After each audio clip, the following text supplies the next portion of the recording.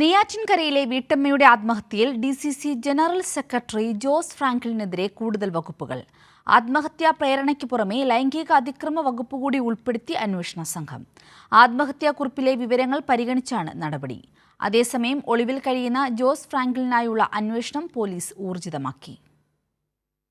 നെയ്യാറ്റിൻകരയിൽ bakery ഉടമയായ വീട്ടമ്മ തീകൊളുത്തി ആത്മഹത്യ ചെയ്ത സംഭവത്തിലാണ് കോൺഗ്രസ് കൗൺസിലർ കൂടിയായ DCC ജനറൽ സെക്രട്ടറി ജോസ് ഫ്രാങ്ക്ലിനെതിരെ കൂടുതൽ വകുപ്പുകൾ ചുമത്തിയിരിക്കുന്നത്. വീട്ടമ്മയുടെ ആത്മഹത്യാക്കുറിപ്പിൽ ജോസ് ഫ്രാങ്ക്ലിനാണ് മരണത്തിന് ഉത്തരവാദിയെന്ന് രേഖപ്പെടുത്തിയിരുന്നു. ഇതിന്റെ അടിസ്ഥാനത്തിലാണ് നെയ്യാറ്റിൻകര പോലീസ് കേസെടുത്തത്. ആത്മഹത്യാ പ്രേരണ കുറ്റം ഉൾപ്പെടെ ചുമത്തിയാണ് കേസ്. വായ്പ ശരിയാക്കി തരാമെന്ന് പറഞ്ഞ് ലൈംഗിക താൽപര്യങ്ങൾക്കുൾപ്പെടെ ഇയാൾ സമ്മർദ്ദം ചെലുത്തിയെന്നും ആത്മഹത്യാക്കുറിപ്പിൽ പറയുന്നു. ഇക്കാര്യം ചൂണ്ടിക്കാട്ടി വീട്ടമ്മയുടെ 2 മക്കളും ജോസ് ഫ്രാങ്ക്ലിനെതിരെ മൊഴി നൽകിയിട്ടുണ്ട്. തുടർന്നാണ് ആത്മഹത്യാ പ്രേരണ കുറ്റത്തിനൊപ്പം ലൈംഗികാതിക്രമ വകുപ്പ് കൂടി ഉൾപ്പെടുത്തി അന്വേഷണ സംഘം കോടതിയിൽ റിപ്പോർട്ട് സമർപ്പിച്ചിരിക്കുന്നത്. ഇയാളുടെ ഫോൺ രേഖകളും സാമ്പത്തിക ഇടപാടുകളും പോലീസ് പരിശോധിക്കുന്നുണ്ട്. സംഭവത്തിന് പിന്നാലെ ജോസ് ഫ്രാങ്ക്ലിൻ ഒളിവിലാണെന്നാണ് പോലീസ് പറയുന്നത്. ഫോൺ സ്വിച്ച് ഓഫ് ചെയ്യപ്പെട്ട നിലയിലാണ്. ഇയാൾക്കായുള്ള തെരച്ചിൽ അന്വേഷണ സംഘം ഊർജിതമാക്കിയിട്ടുണ്ട്.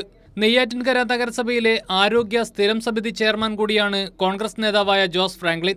ആത്മഹത്യാക്കുറിപ്പ് പുറത്തു വന്നതോടെ ജോസ് ഫ്രാങ്ക്ലിൻ രാജിവെക്കണമെന്നാവശ്യപ്പെട്ട് വിവിധ രാഷ്ട്രീയ പാർട്ടികൾ പ്രക്ഷോഭം കടുപ്പിക്കുകയാണ്.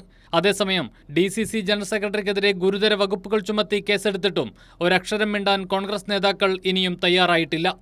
കൈരളി ന്യൂസ്, തിരുവനന്തപുരം.